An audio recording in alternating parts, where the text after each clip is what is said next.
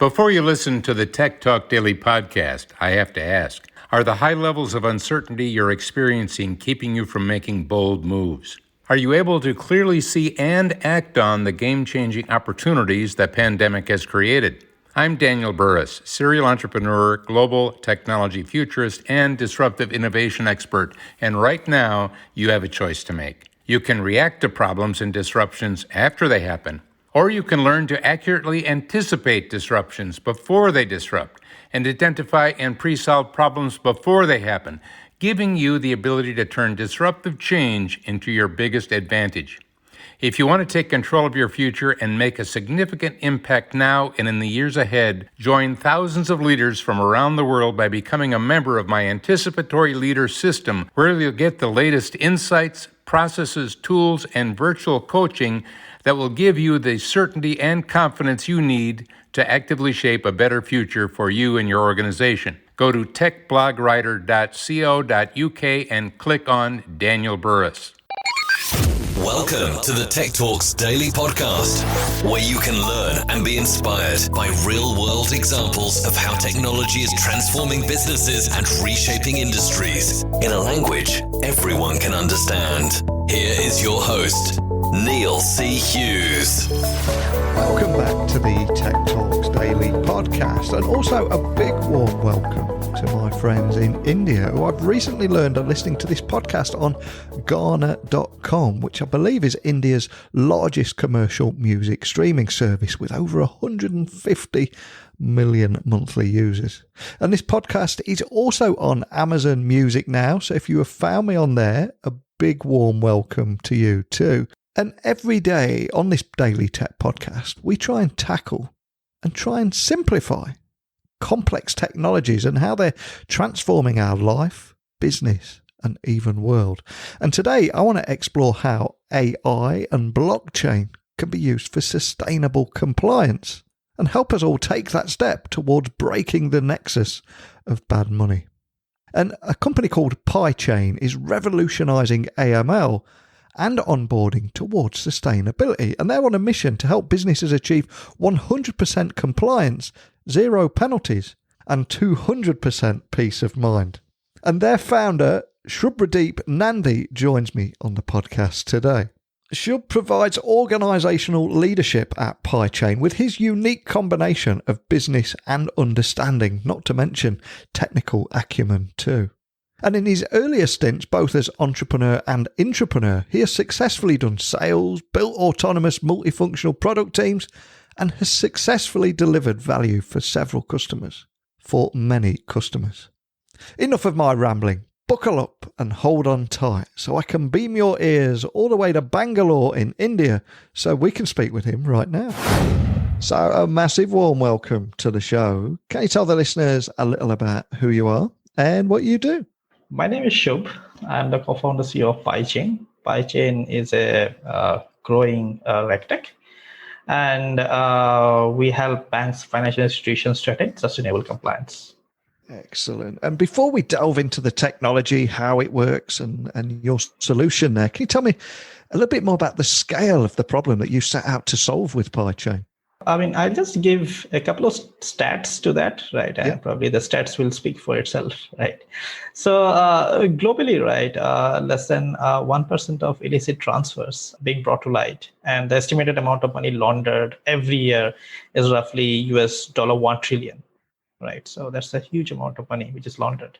And now let's talk about what are the fines imposed, right? So when it comes to compliance lapses, so interestingly, right, right from 2008, post 2008 meltdown, right, until now, right, banks have already paid roughly 450 billion USD in fines, right? So each year, if you see, just search for fines or penalties by banks, and you'll see a huge amount of money each year being paid by banks and financial institutions because of some of the compliances or lapses which they are into.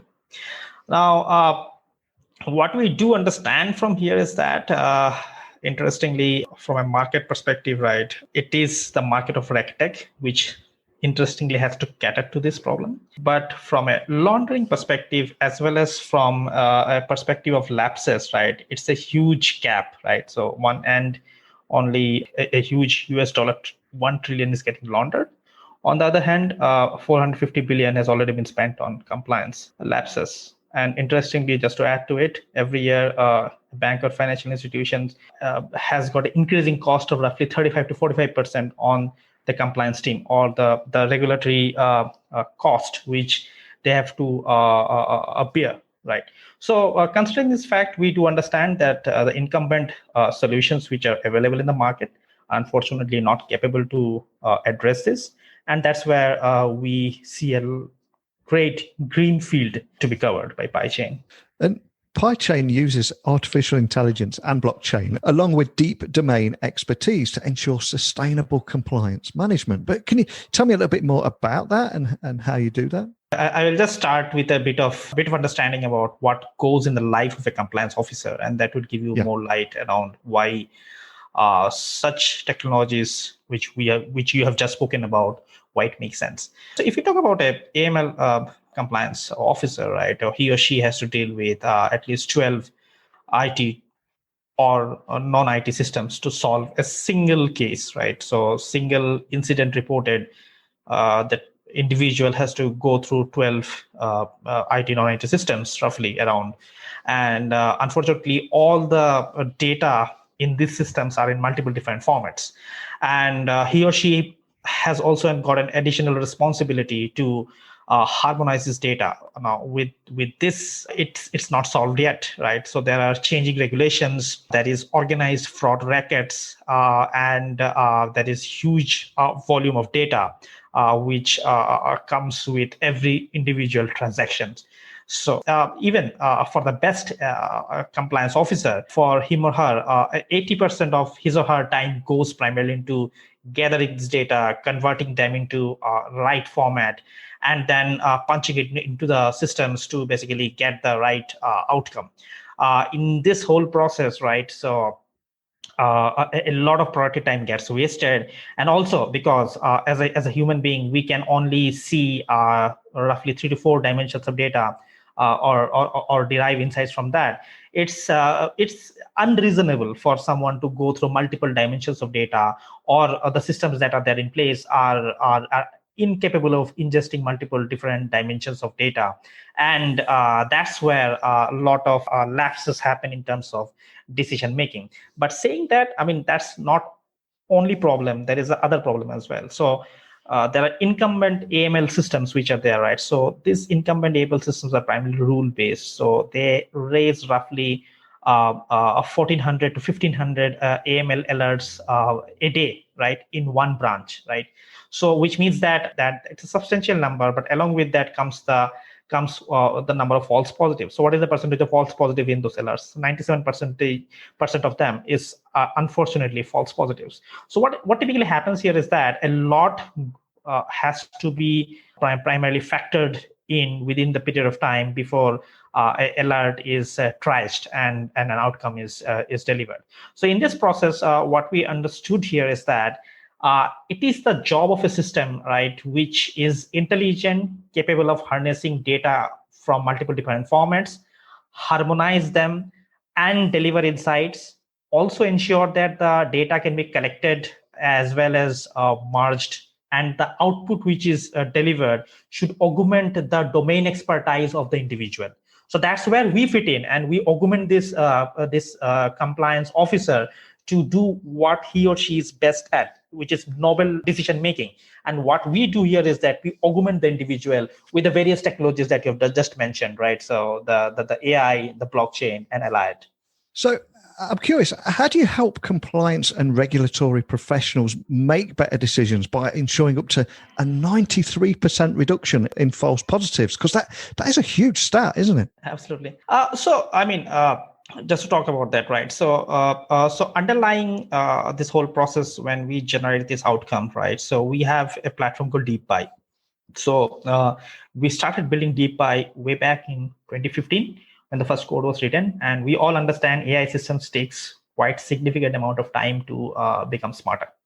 And also you have to take care of that systems is not the data which you have pushed into the system is not biased. The system that you have built is not a black box. So all these things has to be factored in, and that's something which you have factored in into DeepPi, and that is why it took us a little more time to build the system, because we understood that the world that we are going to cater would be asking this kind of questions, that whether your data is biased, whether your data, whether your system can understand it's a biased data, or whether the decisions that you make are explainable.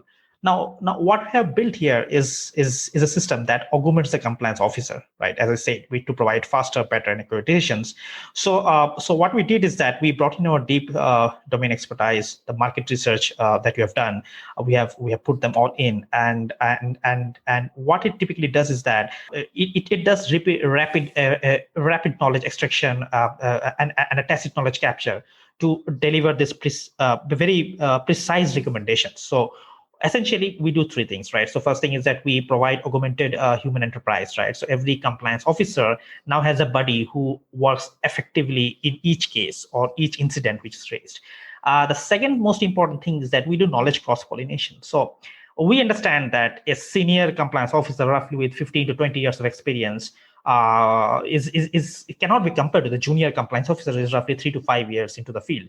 So what we do is that we do knowledge dissemination, which means that from the top 5% or the higher experienced person who has dealt with more number of incidents, that information is taken, how the cases are solved, is taken and given to the peers who are typically the 95%, or the junior compliance officers who are a little lesser experienced. So ensure them they are up to mark.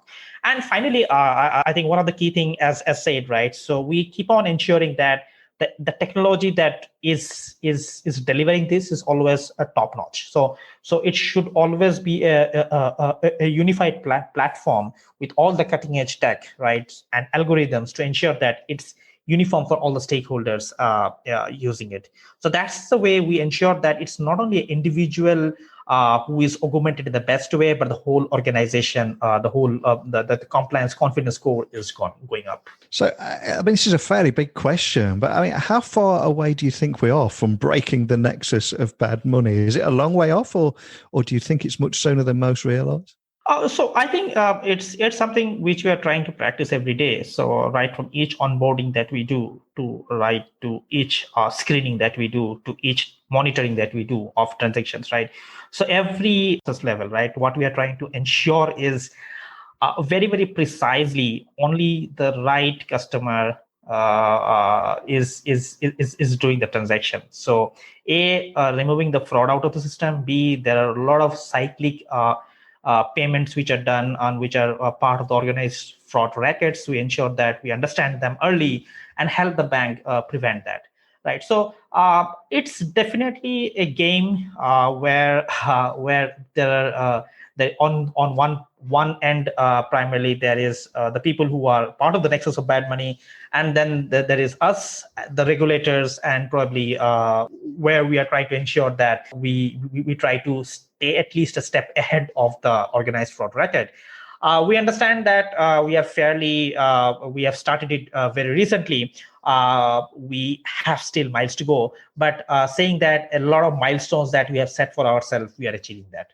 So yes, it's a continuous motivational fight that we have, and we are going to definitely break it very soon. And I'm curious, do you have any case studies that you can share with everyone listening today that will just bring to life everything that we're talking about? Because we will have some people listening inside of that community and some outside, especially business leaders and decision makers. So do you have any kind of case studies you could share that would just help anybody understand what we're talking about here? Yeah, absolutely. I think I would talk about one scenario, right? I will not talk about the customer. I will probably not talk about any more details because that's very confidential. But it happened that we were catering for one of our customers, for one of the FATCA declarations. So it was primarily, I hope you have the FATCA CRS declarations, if you have probably heard about. I'm not sure, but for the audience, right, it's if you're a US resident, then what you need to do is that you need to fill up a form, which is a W8 or W9, and then you have to declare that, hey, I have tax residence in US, and this is where my assets are. This is where I'm investing, to your bank, which is probably a FFI or a foreign financial institution. Now, what happened is that somebody that is a customer had declared that he doesn't have any alliance with US. I mean, what would have naturally happened is that the systems would have taken the declaration as it is, and would have taken the data which is provided by the customer as it is, and would have said that, okay, I mean, the cues match, and the person is not probably giving a false declaration. So just to give a little bit of importance to the fact that if the declaration given by the customer is wrong, and that is which the FFI gives to IRS or the US Revenue Service, so what happens here is that if it is wrong, then there is a penalty there. So the penalty is a substantial penalty. So now what we have done over here is that we, from the behavioral aspects of the customer, we understood the behavior has got either an alliance with US, or I'll not go into more details of it, but alliance with the US, or has got something which was very much common when it comes to data with somebody who is a probable US citizen, or probably who has dealt with US, or who have very much alliances with US. So we picked up those cues, and we primarily flagged it out. And interestingly, once it was flagged, there was a little bit more due diligence which was done by the bank, and it was found out that the person was actually have given a false declaration. So what we ensured over here is that, right, we ensured that this is primarily with related to a declaration, where we ensured that, hey, I mean, this particular individual may have falsified information on the declaration, which is well taken for granted, but you cannot falsify an intelligent system. So that is one use case. Other was primarily in the area of transactions, right? So there was a use case where an individual was doing a cyclic transaction, right? So we are able to understand that a large amount of money was broken, and was factored, networked across multiple different channels, and was again routed back. So our systems were again able to catch that up. I mean, it was able to not catch that particular transaction, but it was able to catch the pattern. So it is about those multiple patterns that we were able to catch. We were able to identify and flag the individual, that the individual was doing an organized money laundering. So we were able to catch these two, where some of the very significant instances where we were able to catch two individuals because of our intelligence system, which was able to catch the patterns very easily. And I've got to ask, there's so much going on in this space at the moment, and there's a lot of interest, especially around blockchain and artificial intelligence. But what excites you personally about the future of compliance technology? Is there anything that stands out? Yes, I think one of the things what excites me for the future, I'll take a couple of steps back, right? So it happened this way, right? So when we started PiChain, primarily the goal was of our personal experience with compliance, right? So I would talk about a very simple thing, right? So we opened up a current account, right? So and this current account it took a whooping 53 to 75 days to open. So there were scenarios that the due diligence, the compliance, and the regulation, right, had so much friction that we in fact almost lost our first check from our first customer because were not having a bank account. So we realized that compliance, unfortunately, has become a black box, and the banks, the financial institutions, even can't do much. The reason being that for them, it is almost like they have to follow a thorough verification. Now, what we understood here is that it's not us, but many startups or micro and small businesses like us, right, which were facing the same thing because of the regulatory and compliance issues. Many of the times their money is getting stuck. Many of the times, primarily, their bank accounts are not getting opened. So what we realized here is that it's time probably to ensure and make compliance more and more transparent. Compliance should be as easy as probably using your email. It should be as easy as how we are talking about in this video conference, right? So it should be as easy as that. I mean, we should have a couple of buttons set up, and then it should be.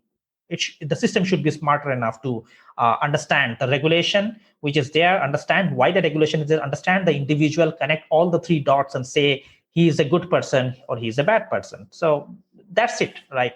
Or this transaction is a good transaction, this transaction is a bad transaction. So that's where we come in, and the goal, and I'm excited that tomorrow at least businesses will not stop because of compliance and red tapes, right? So that's where the goal is.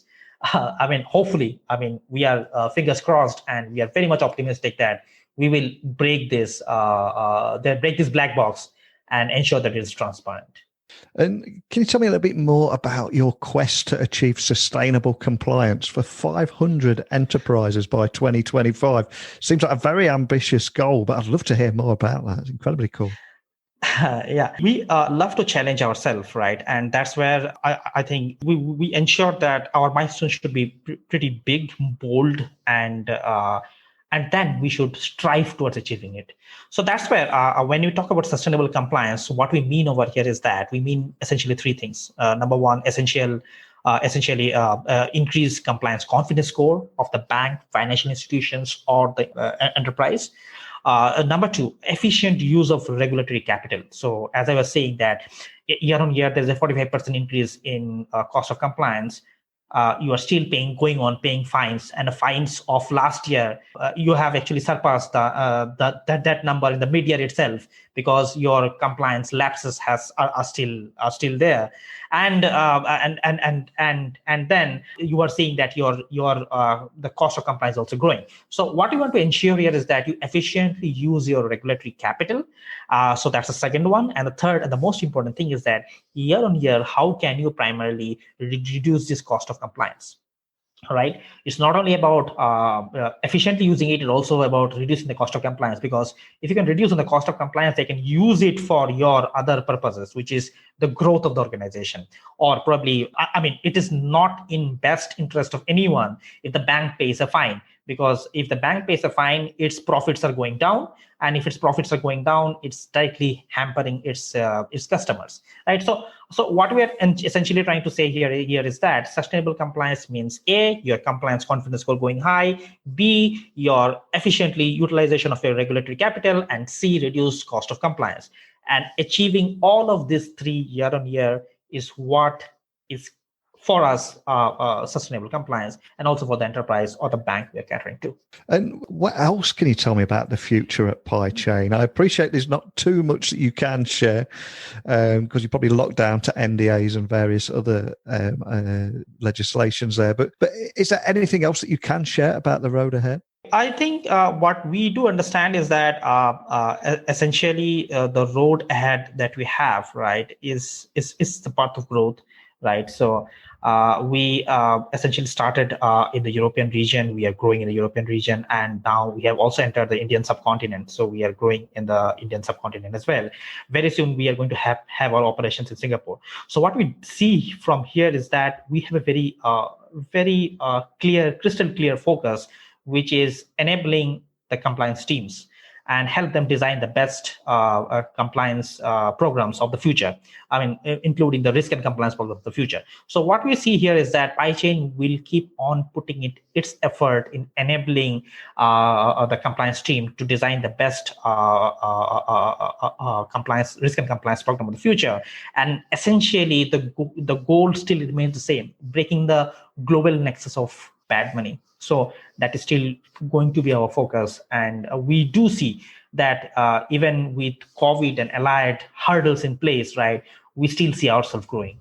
And for anyone listening that would just like to dive into this subject a little bit more deeper, what's the best way of finding you online and also contacting your team if they've got any questions? Absolutely. I think the easiest way is that I'm always available on LinkedIn, so you can reach out on LinkedIn. The second thing is that I will also probably share my email ID. You can reach out to me on my email, and would love to have interactions, would love to collaborate if there's an opportunity, if we'd like to partner if there's an opportunity, and let's join hands, right, to take the mission ahead.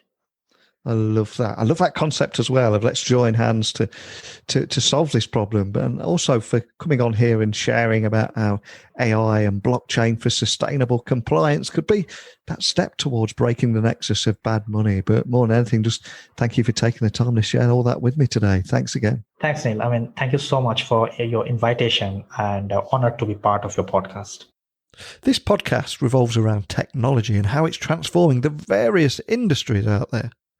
And it also covers various insights and perspectives of leaders, CEOs and entrepreneurs. And today, I just loved hearing about how AI and blockchain can be used for sustainable compliance and taking that giant step towards breaking the nexus of bad money. Now, I always say that technology works best when it brings people together, and I still get a buzz how me and today's guests were able to talk in both the UK and India and then send it out to you in 165 countries. How cool is that? But I want to know where you listen to this podcast. I have this giant map on my wall and I want to put you all on it. Maybe I need to order some more pins, but please email me, techblogwriter@outlook.com. My website is techblogwriter.co.uk.